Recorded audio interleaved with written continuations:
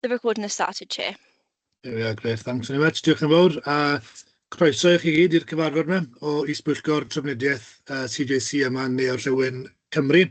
Gyda gyd croeso a blwyddyn newydd dda i chi gyd. Gobeithio bod chi wedi cael hoi fach dros y Nadolig. A'n twmlo'n refreshed fel fi. Jyst i atgoffa chi, mae'r cyfarfod yn cael ei recordio wrth gwrs, a byddwn i ddiolchgar bod y microffons bant oni bai bod chi'n siarad, a hefyd yn siŵr bod eich ffôn yn symudol bant hefyd. Os chi moyn cyfrannu'n amlwg, jyst codwch eich llaw electronig neu'ch llaw eich hunan, a noelwch chi mewn.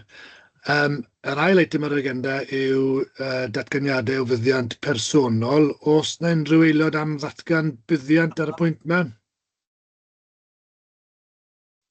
Na, pawb yn hapus.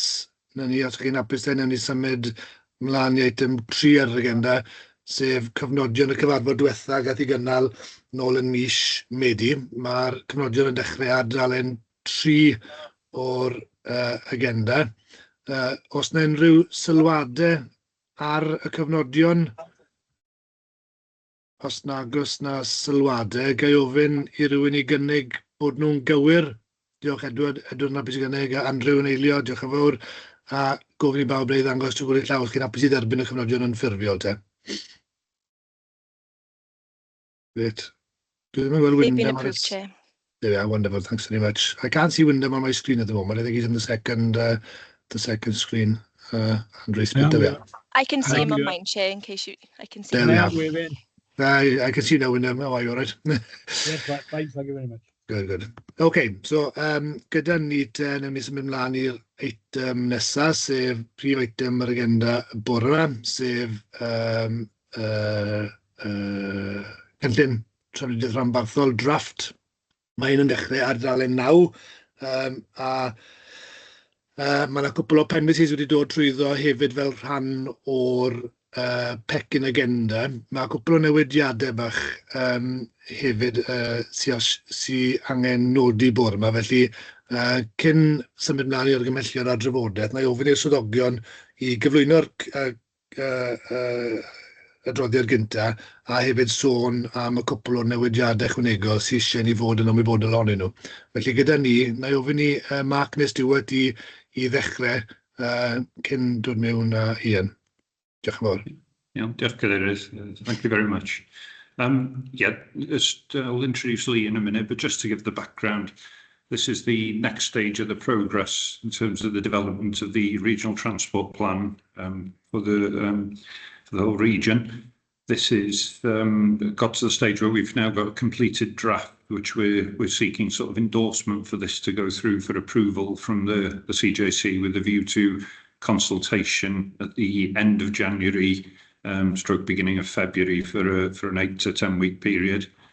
So as you'll have seen from the document, it's a substantial document with a number of appendices and the sort of evidence gathering that's gone into it. The two main strands that will form part of the consultation is the draft regional transport plan itself and the draft regional transport development plan. And that's something which we will need to continue to do some work on initially. It's I guess a long list of schemes, and we need to go through and group and prioritise and do some work on that one. But what I'll do, it's okay with you, Chair, I'll bring Lee in just to, I guess, run through the main elements and pick up on those points, and then we'll speak so we can touch on the things which have been agreed for the changes in terms of the recommended changes through from the report to cover that at the end of that. There we are. Good. Thanks, Stuart. Thank you, Lee. Yeah, good morning, Chair. Thank you. Good morning, everybody. As Stuart says, draft RTP is quite a weighty tome. There's a lot of reading there, along with the appendices that provide that supporting material. I think just to touch on Stuart's comment there, it has been a team sport, this Chair, in terms of officer time, in terms of officers working together to get us this far. And I think, significant amount of effort. I think it's worthwhile, myself as the advisor, recognising the efforts that the colleagues in the officer corps have been putting in to get us to this point, if I may. If I may, Chair, just in terms of the amendments, I'll touch on those first. Unfortunately, policy 15.1 was mysteriously missing from the draft that was circulated to the committee earlier at the end of last week. That has now been reincorporated and will obviously form part of the actual document moving forward to the scrutiny committee next week and then to the CJC the week after. We've obviously took another look at the list of schemes as well, Chair, and there will be an amendment coming round that does two things. First of all, it will include a number of third-party schemes, so those schemes that are going to be delivered by the Welsh Government and its various agencies, but we believe are essential for the region. So they're effectively the rail and trunk road schemes that we would expect to see. Obviously, that's quite important moving forward, Chair, because the National Transport Delivery Plan expires in 2027. So we've got the opportunity, in effect, to put a marker down in terms of the schemes that we would like to see in the next iteration of that plan from 2027 onwards. So they've now been included. And the other thing we've included, Chair, after discussions, we have gone through and we will circulate a new draft that includes a broad location for each scheme. I think when we looked at this, there was agreement that the schemes, although they're described in a certain amount of detail, a broad location. So was it a Pembrokeshire scheme? Was it a Carmarthenshire located scheme, Swansea, Neath, Talbot, or was it a regional initiative? So we've gone down and added some little bit more information in terms of the delivery plan to just provide that element of clarity for when we reach public consultation, so people that are looking to respond can locate the schemes near to in their particular area. So that will flow through into the scrutiny committee report next week, Chair, if I may. I think just for members just to touch back on the start, the jumping off point for the draft plan. We submitted our case for change to the Welsh Government in February last year. Welsh Government are not going to offer formal comment on that, but they've been supportive and agreed that we should proceed to this stage. Also at this stage, we need to seek their approval for the public consultation. Now, informal advice from officials leading up to Christmas and actually in the first few days of this week, I think it's pretty clear, isn't it, Stuart and Mark, that that's not going to be a barrier in terms of us moving forward, that formal approval to consultation. So I think we're at the point of finalising that particular quite important point in the next couple of days, and we'll be able to move forward with certainty at that point. Just in terms of the plan, the case for change was the jumping off point. The case for change effectively was a State of the Nation paper saying where we are, why we need to develop the RTP and move some of the agendas forward. The case for change and indeed the draft RTP reflect very closely the Welsh Transport Strategy guidance from 2021. So Llwynebedd Neath, as colleagues will recall it, 2021. So the Welsh Transport Strategy sets three broad themes. And they're reflected in the 6 objectives that we're putting out to consultation now, along with the supporting material. So the 6 objectives, broadly in those 3 themes. Firstly, reducing the need to travel. That covers the first 2 objectives. The second priority for the Welsh Transport Strategy is making journeys more sustainably. So that's about choice of travel choice, etc. I think obviously within the plan we recognise that the push for active travel is a mixed bag. It's obviously not going to be suitable for everyone, but we need to put our best foot forward to meet the Welsh Government's guidance on that regard. And the final set of priorities in the Welsh Transport Strategy is actually about promotion. So once we've done all this laudable activity and invested in the schemes, we've obviously got to promote the schemes as well. So just to touch on the policy envelope, there's a number of policies within the draft RTP, around 20 of those, and they set the framework, Chair, to actually move forward in terms of decision making around scheme investments. Also, it affects a number of other policy areas, and I think just to touch on a few, Chair, if I may, land use planning obviously the regional transport plan is an event of the strategic spatial development plan that the region is obliged to produce. So in some way, we've got the opportunity on the transport side to lead some of that discussion about land use. Obviously, it's a little difficult to write a transport plan without knowing where some of the major land uses are likely to be, but there is that opportunity to shape that sort of planning environment as well. In terms of the economy, transport's clearly critical to the economy. So and how that develops, we can obviously talk about the Freeport in some detail, and now that may emerge over the 5 years of the plan from 2026 onwards. So that's quite a key thing in terms of putting those building blocks in place to allow economic development. Clearly, the environmental issues in the region, as you'll be aware, there's a number of air quality management areas, a number of sensitive landscapes, the 2 national parks touch on us as well. That's all key to how do we actually move people into those sensitive landscapes. How do we move people around with the least environmental impact? We've got a number of, say, air quality management areas. One, of course, is related primarily to the steelworks at Port Talbot in its previous guise. So whether that will disappear in the fullness of time, colleagues from Neath, Port Talbot may be able to look at that and see, well, actually the steelworks has now become a greener proposition now. But once again, we've got to deal with some of those air quality challenges, I think. The other 2 challenges that we see as quite important, tourism and how the tourism offer works in the region.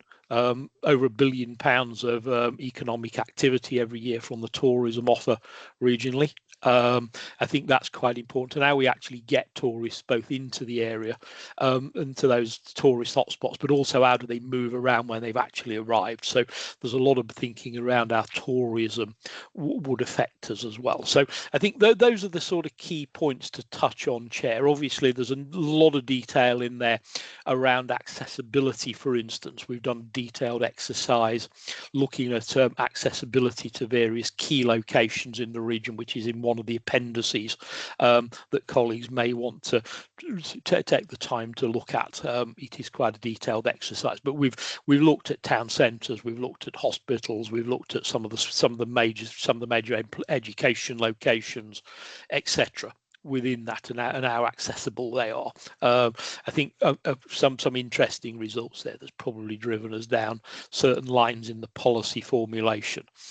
So there's the policies are listed. That's the main output of the actual RTP document itself.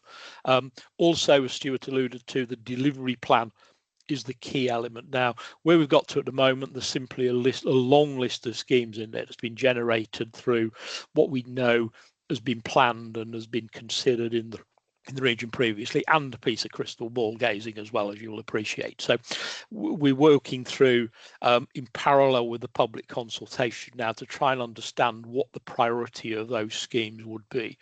I don't think we're necessarily going to say there'll be number 1 priority to 150, but certainly identifying a number of those schemes that we would see as critical rather in local development plan parlance. What is essential will be one band.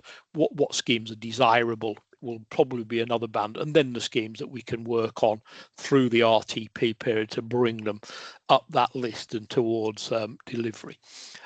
Just to touch on funding as well, I think, Stuart, you may want to come in at this point as well. But obviously, I think the one thing we are seeing from Welsh Government is we've still not received final clarity on the funding envelope yet, nor the mechanisms by which the funding will be distributed for the RTP from 2026 onwards.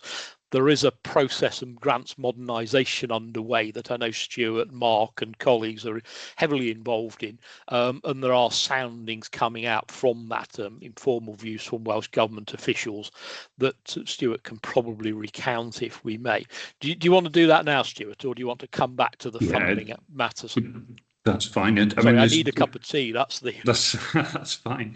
No, there's not a huge amount more to say. I mean, the Welsh Government have clearly got an ambition to reduce the amount of, I guess, bureaucracy associated with the bidding process. and they're seeking, as I say, us to go through some sort of grants modernisation. We don't know the form that will take, but the kind of one of the things that they're looking at is potentially a kind of block allocation to the CJCs and for it to be allocated down from there. What's not clear is how much that will be based on, the strength of the RTP or demand, or whether it will just be a percentage allocation, and also the level of involvement that Welsh Government or TFW as their agents, however, will continue to have. So those are discussions we've started to be involved with. There's a feeling that will certainly need to involve a political dimension in those discussions, because if there are changes which potentially affect anything in terms of the operation of the authorities, then that's certainly something which will have to be done from there. So as we have those initial discussions with Welsh Government, we'll take a view as to how the sort of decision as to how what it looks like in the future will be. So that's where we are at the moment. So there's the grants modernisation work, and I guess the other thing which is also going along, which leaves things which is work underway, is the sort of franchising side and the bus franchising side and different things. So there's a few things on the transport side which are in flux at the moment, along with the RTP itself. So thanks, Lee.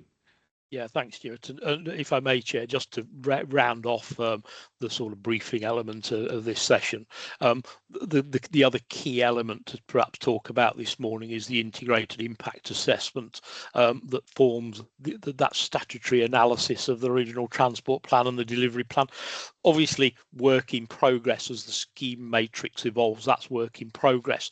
We have included in the consultation pack the scoping reports for the integrated impact assessment that sets out what we should be covering, why we should be covering it in that assessment, and how that assessment's going to be undertaken.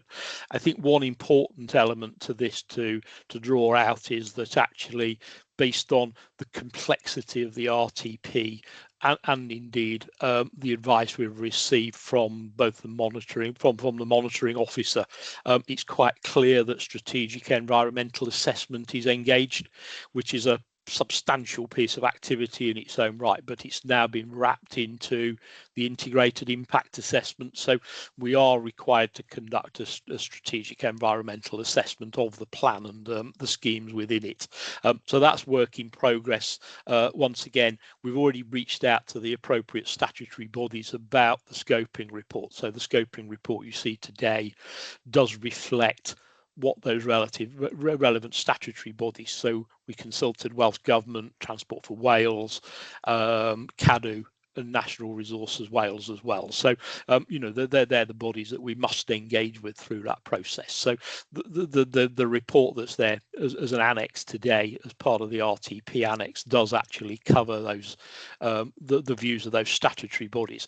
I think that's about it, Chair. That's a very brief précis of what's obviously quite a complex and lengthy document. So I think back to yourself, Chair, to work through this how you wish, really. Yeah, thanks Lee, and thanks Stuart and Mark as well for that. Yeah, so we've reached the point where we've got the draft plan in front of members. Obviously, as Lee has pointed out, it's been a long running process which has taken over a year now, isn't it, since we've started on this piece of work. So I'm just mindful that the pack that members have received is missing a couple of bits which Lee sort of touched on there.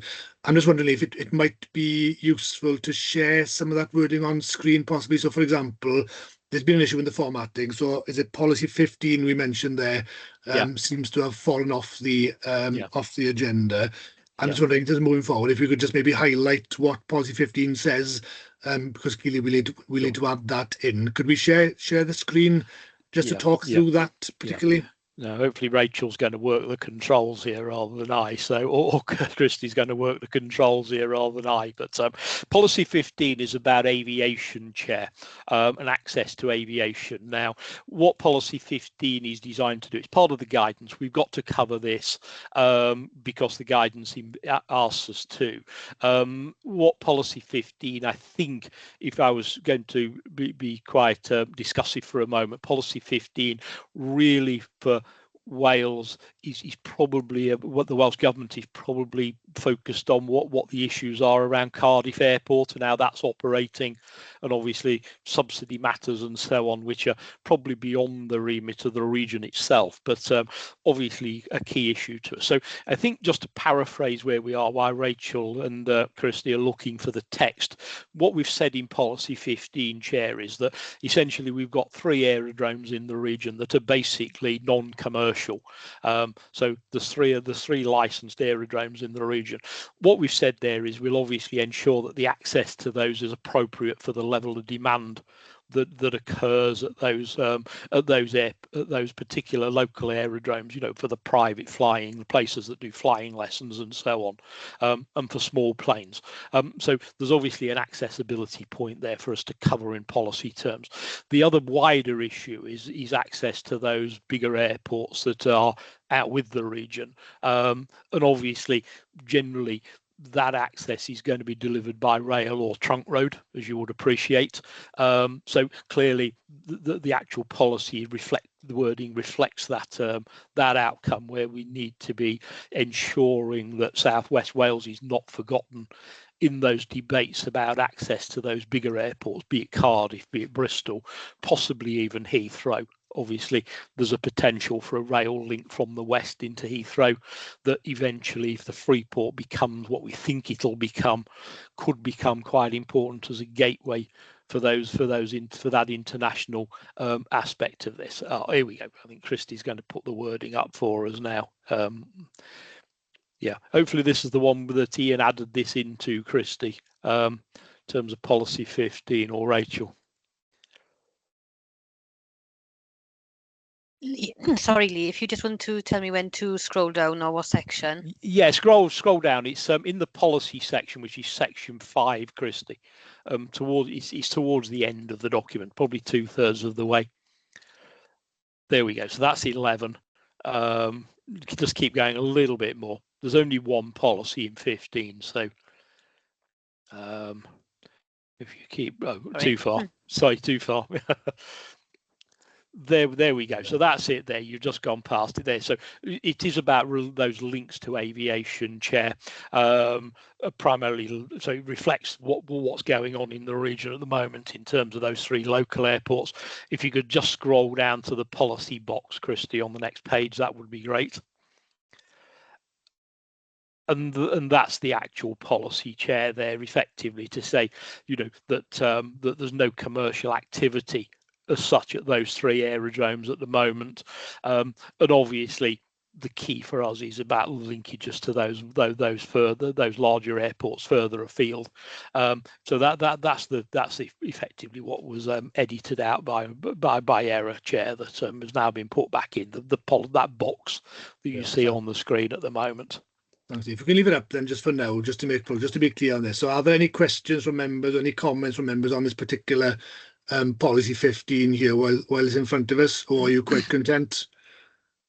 No, people are pretty content. Okay, if that's the case, then if we could maybe do something similar with the list of schemes, you know, the rail and trunk road items you mentioned that weren't included. If we can have a look at those as well, because I think it'd be useful for members just to see them before we move on to the recommendations. Sure, and I will, when we've located that, Chair, apologies, this is taking a while. It is quite a weighty document, as I said. It will take a second or two for us to locate that. Rachel, Christy, have we got that available, please? I can probably, or Ian's on the call as well. Ian Jones is also working with Rachel, so he may be able to assist. In the meantime, whilst they're looking for that, Lee, because I appreciate it'll take a bit of time there. Maybe a question just to Stuart in terms of the funding envelope. It's something that is, well, it's central, isn't it, to the delivery of this. Obviously, we've talked about the the short-term funding, revenue funding needed to develop the plan, and there've been challenges there. We've had some contribution from Welsh Government, but I think that point around the longer-term funding envelope, what happens post-26, is really pivotal, isn't it, in terms of, one, giving people an idea of what might be possible, because the size of that envelope is going to be key to delivering or not delivering some of this stuff. And I think the really important point in terms of that, the merging of those pots into one, and the extent of the flexibility that we'll have as a region to invest in different areas. And I think I'm just wondering, my understanding is, and all the soundings I'm getting from Welsh Government, is that work around the pooling of those grants into one is happening. But I suppose the question I've got is, what certainty, what is the feeling there that it will come to fruition by 2026? I'm not sure. They're certainly keen to progress with it. The difficulty for us is understanding what the impact, and we need to sort of see what the options are, what impact there is, to see what decision-making approach it would have to go through. So I think, I think it's something that there's an appetite from Welsh Government to review how it's done. Hopefully it's come through from the acknowledgement that there's a huge burden in terms of the bidding process on the respective authorities that has been to date, in terms of heavy burden with the bidding. So hopefully it will streamline and make it slightly easier. But will we get there? I would hope we will. But we just need to understand the impact of what's been suggested and what the options are. So I can't say with certainty. No. Have they given any indications, Stuart, in terms of timescales for decision making on this, or is it just a case of working through the detail? I'm not sure of specific timescales. There's certainly been some communication just before Christmas, which we're due to discuss from a directors group later this week. I know the officers were taking a look at some of the issues and things which are being raised. So I'm not certain if there's a specific timescale, but I know they are keen to have it implemented so that when the RTPs from the 4 regions are submitted, that would be the mechanism in place. But it depends on what's involved with the decisions. Yeah. Okay. Great. Thank you very much. So, Lee, are we ready to go into the? I think what I'll do, Chair, let me just cover the formatting issue first, if I may, Chair. As Christy rolls down, you will see all we've done, Chair, with the formatting of the delivery plan there, Chair, is we've added that final column that gives that broad location for all the schemes that the region are going to seek to now work through.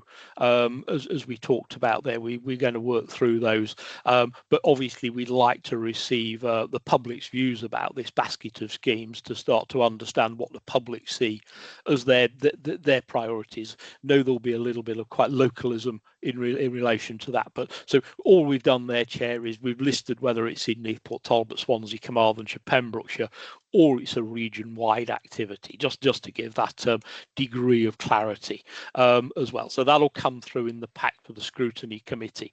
I'm not sure, and Ian may be able to answer this for me. Ian, has this got the list of national schemes in it as well? Yes, it has. So we need to find that now, don't we? Which is probably going to be at the bottom, I guess. It's right at the bottom, yeah. Right. So if you roll right to the end of this table, please, Christy, that'll be great.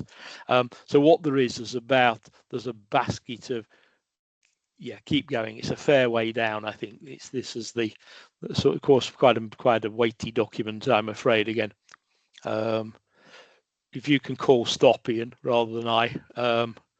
We just there's some strategic schemes, but keep going. There's a number of schemes that are national schemes in effect. Just for there we go. There we are. No. It's just go back up if you can. No, I don't think this is it, Ian. Sorry. No, it should be. It should be the one you sent through yesterday.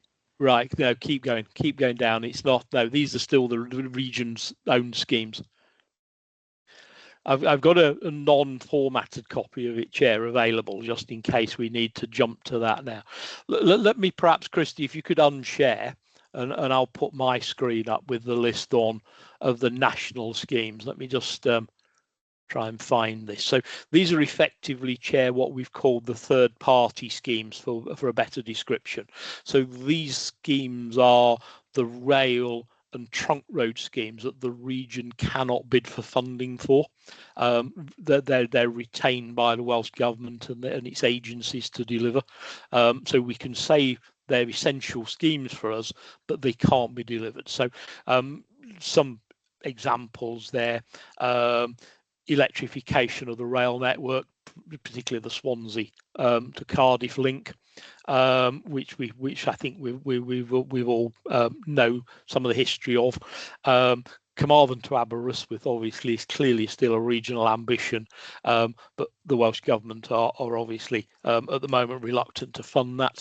The improvements to services, for instance, along the Swansea District line and the potential new metro service from Ammanford into Swansea via Port Talbot, increasing the services around the region. And if you could, let me just roll down a little bit more, a decent link to Bristol from southwest Wales, the links across Carmarthen.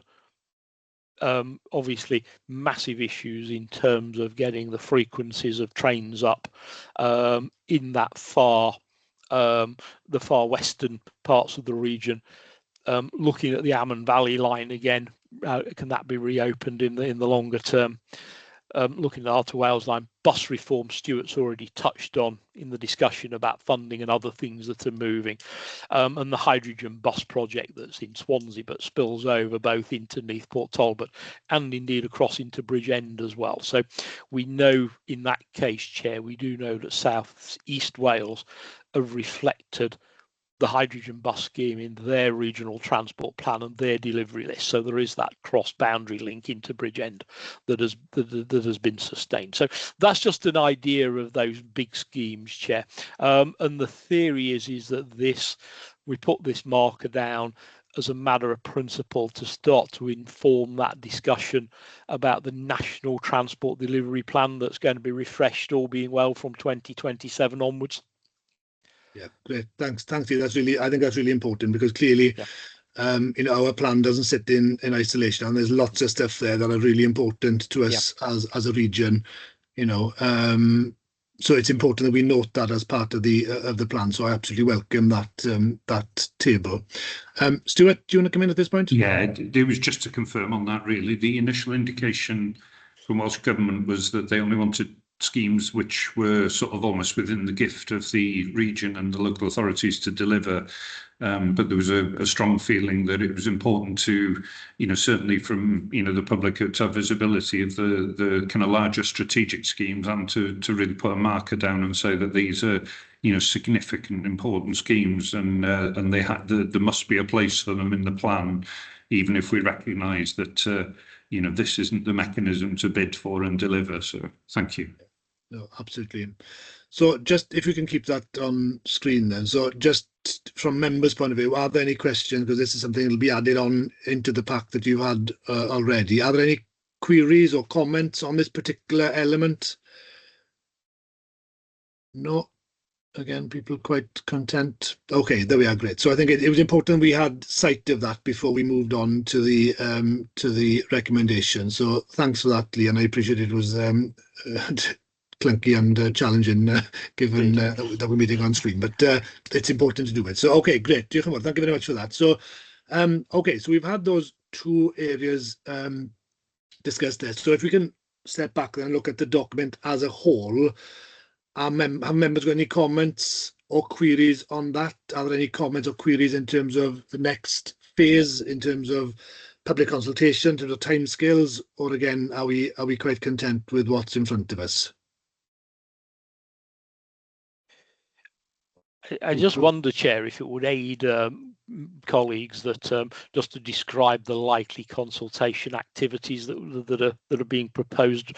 Rachel and Ian and colleagues have been working on this in the background, and the proposed plan is coming to fruition. So if you recall, Chair, the consultation last summer was essentially an online consultation, plus there was a number of meetings with key stakeholder groups. So for instance, we met with bus operators, some rail operators, the education sector, the health sector, etc. I think there was about 6 or 7 of those, wasn't there, Rachel? Those focus groups that we held. So this time we are looking, because this is obviously statutory consultation now, Chair, clearly the online activities will run as before, but we are looking at in-person events in each of the 4 authority areas, and the team are working with officers to identify the locations for those sessions.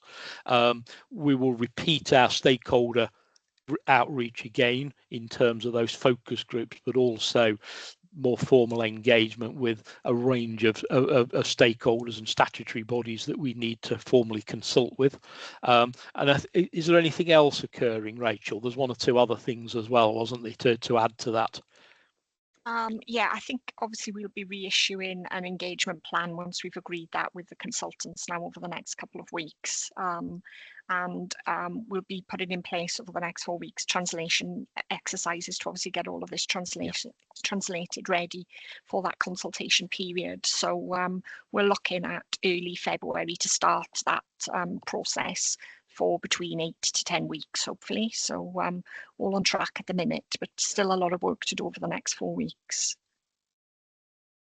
Yeah, great, thanks. Just on that point, obviously, last summer we carried out a consultation exercise. There was a variance in terms of the feedback we had from different counties, isn't there? And you'd expect that to a certain extent, of course. But I just think it's important that we engage with the comms teams in the different local authorities to make sure that they can push this as much as they can, over the next couple of weeks, because I think it's important we get that feedback right across the region. I'm sure that's part of the plan, isn't it? But I think it's a really important element of the comms work, I think, given their local networks and reach. We'll be looking at things beyond social media as well. So we're looking at posters and QR codes maybe in certain locations in towns, etc. So we'll have a lot more sort of marketing tools to use beyond social media this time as well, Councillor. Yeah. I think as well, Gareth, I think as well, Chair, the other thing that we noticed from the previous consultation was the limited engagement of younger people.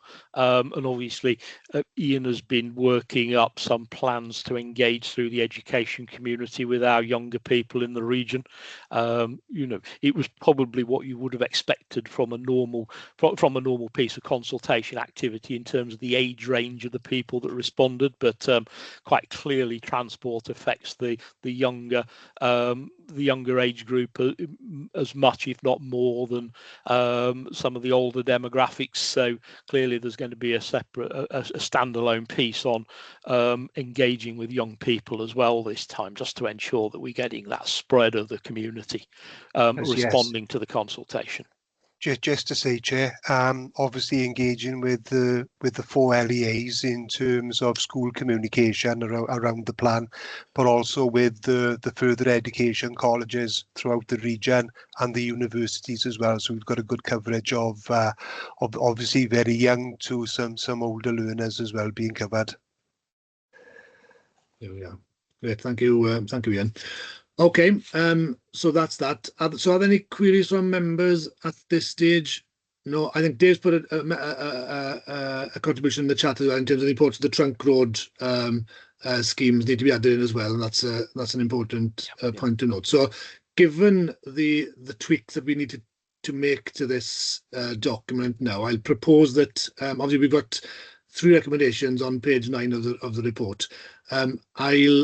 I'll suggest that we add a 4th recommendation, which is to give myself as chair possibly the delegated authority to make some tweaks to the current current document prior to it going to public consultation. Obviously, I'm happy to do that in consultation with members of the committee. But specifically, we need to add in that 15th policy. We need to add in the list of national regional schemes in as a rail and trunk road, and maybe in terms of any other slight tweaks or typos that might need to be made before it goes to public consultation. So are members content with that approach? Yeah, okay. So if I could formally ask, okay, Rhys, are you happy with that? So I take Rhys as somebody happy to move it. No, well, I was happy to move it, Chair, but I was just wondering really if we could just have a very brief update on, you know, how we take forward the prioritisation process work, because I think that is, you know, a crucial aspect of this. You know, I'm very pleased with the long list of schemes, obviously, but the devil's going to be in the detail as we go forward, and whether or not, you know, we do the prioritisation work before it goes out for consultation or it's done in parallel.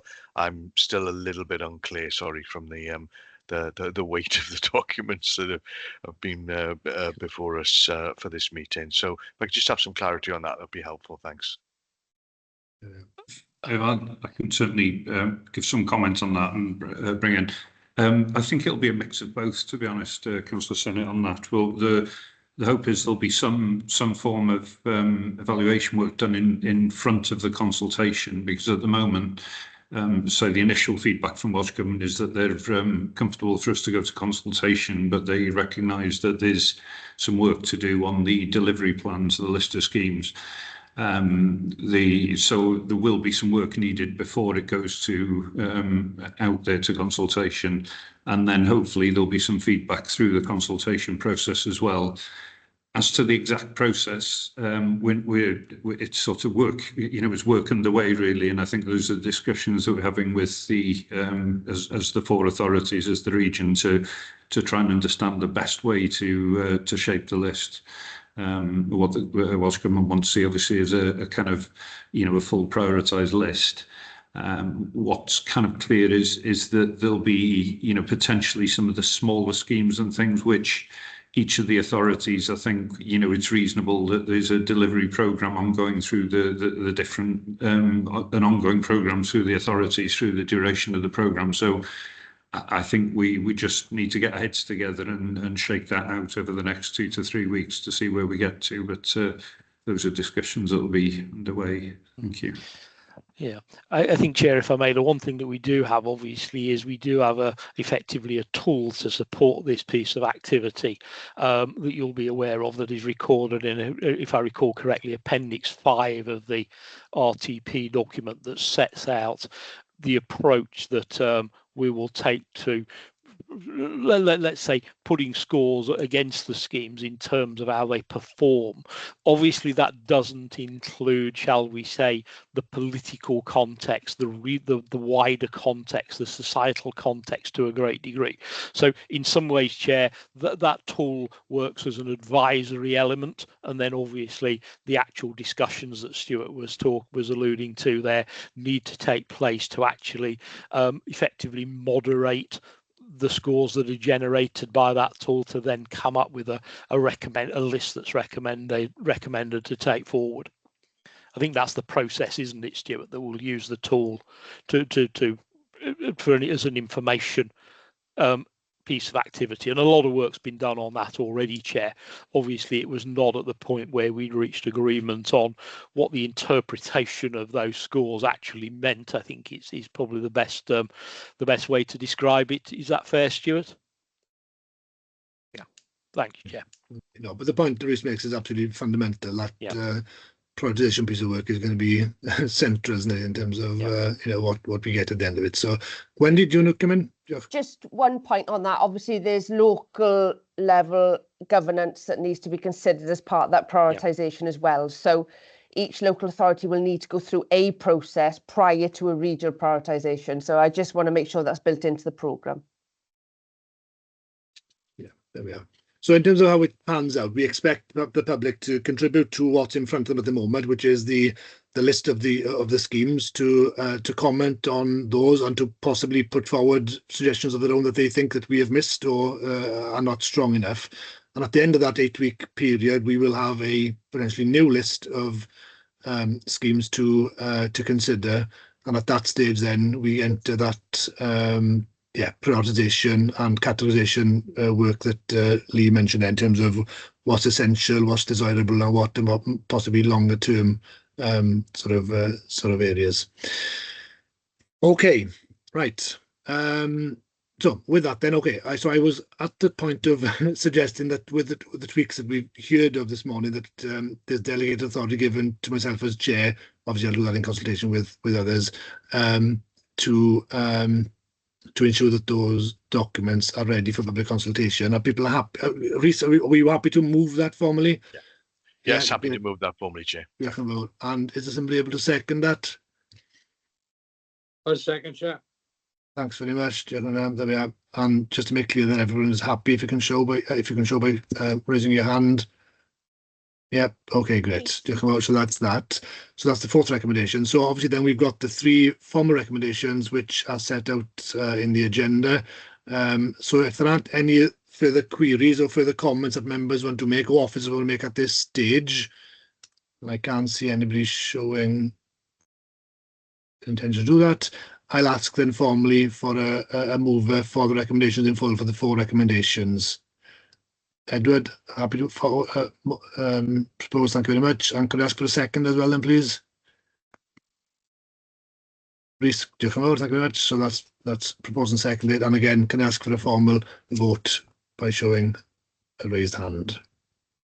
Okay, Chair, I can confirm those 4 recommendations have been approved, endorsed to go to the Scrutiny Committee and the Corporate Joint Committee. There we are. Great. Wonderful. Thanks very much for that. And again, thanks very much to Lee and all the officers who have been involved in this work. I appreciate it's a big piece of work, and we're grateful that we've got to this point. So we shall see what the public have to say in terms of what's put in front of them. Right. Okay. So that's item 4. We'll move on then to item 5, which is the forward work programme. Do officers have anything to add at this point? It's essentially there's only one item on the agenda for the next meeting, which is the RTP. Unsurprisingly, anything to add from officer perspective? No. Okay. Again, we'll have to, I suppose there might be some flexibility there depending on how things pan out in terms of how much interaction we get, how much feedback we get, how much work is involved in actually responding to that. So that may impact on the timescales, but as we've shown over the past year and a bit, we can be quite flexible really in terms of the dates if necessary, isn't it? Stuart, do you recommend at this point? Yeah, I think every meeting I say this, the timescales as referred, they're incredibly tight. It wouldn't take much to sort of derail the ambition for kind of July for submission, but we'll certainly continue on with every endeavour to get the RTP completed by then. But as you say, things are fluid sometimes and can change. So I appreciate those comments, Chair. Yeah, no, that's fine. I think we've got to be sensible, isn't it? So we'll respond to what comes our way. Okay, so if there aren't any further points on that, then it's just for noting. Item 6 is urgent items. None have been brought to my attention. So in terms of the formal business of the meeting, that is it for this morning. It has been brought to my attention. I've mentioned there's a lot of work that's taken place over the past year and a bit, more than that, in terms of getting us to this point. And I'm really grateful for the work that's happened in the background, and local authority officers have been central to that, of course. I have been informed that 2 of them are looking to move on in the not too distant future. One is Darren Thomas in Pembrokeshire, and the other is Dave Griffiths in Neath Talbot. So I just wanted to place on record really my thanks as chair of the subcommittee for the work that you've done up to this point, and grateful for that work and wish you well really in terms of your future plans. Dave, I'm not sure, you might be with us in the March meeting, I'm not sure, but you possibly will be. There we are, unless you've had a guts full and you've gone there. Yeah, I'll still be here for the March meeting. There we are. But Darren won't be Darren. So this is it. No. This is his swan song. And that's why I raised it now. Yeah. Thank you for your kind words, Chair. Thank you, Diolch yn fawr. Thank you. No problem. Yeah. So I know Darren is leaving next month, isn't it? So good best wishes with whatever you intend to do. There we are. Great. Okay. So good with that then. Thank you very much to everybody.